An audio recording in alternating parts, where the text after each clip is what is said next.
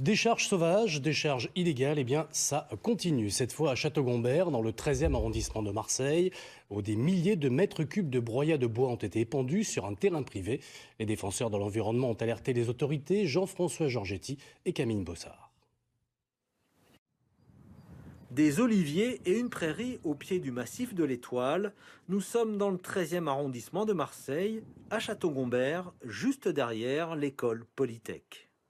Ici, ce sont des milliers de mètres cubes de broyat de bois qui ont été épandus. Et comme on peut le voir, eh bien, comme c'était avant et comme c'est maintenant, on trouve de tout. Donc des déchets de bois broyés et puis aussi du plastique. Des pommes de pin sans aucun pin à l'horizon, des branches de palmier sans palmier aux alentours et des résidus de chantier comme de la rubalise sur ces 7 hectares de terrain privé et fermé. Selon Philippe Musarella, le déversement de ces déchets a commencé en janvier. D'après lui, ces opérations sont réalisées en toute illégalité, sans affichage ni déclaration auprès des services de l'État. Ce président d'une association de défense de la nature et membre de France Nature Environnement a fait un signalement au préfet, à la mairie de Marseille et au procureur de la République. Il évoque des difficultés rencontrées pour saisir l'ensemble des services compétents.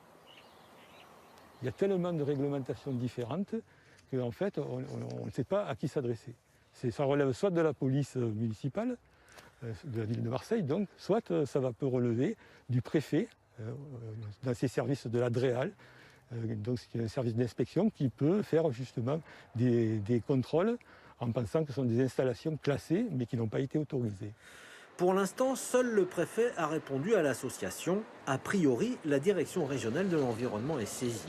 Nous avons contacté l'établissement public foncier PACA qui possède les parcelles. La directrice générale nous a indiqué avoir lancé des investigations pour comprendre les agissements de l'ancien propriétaire qui continue à exploiter les terrains.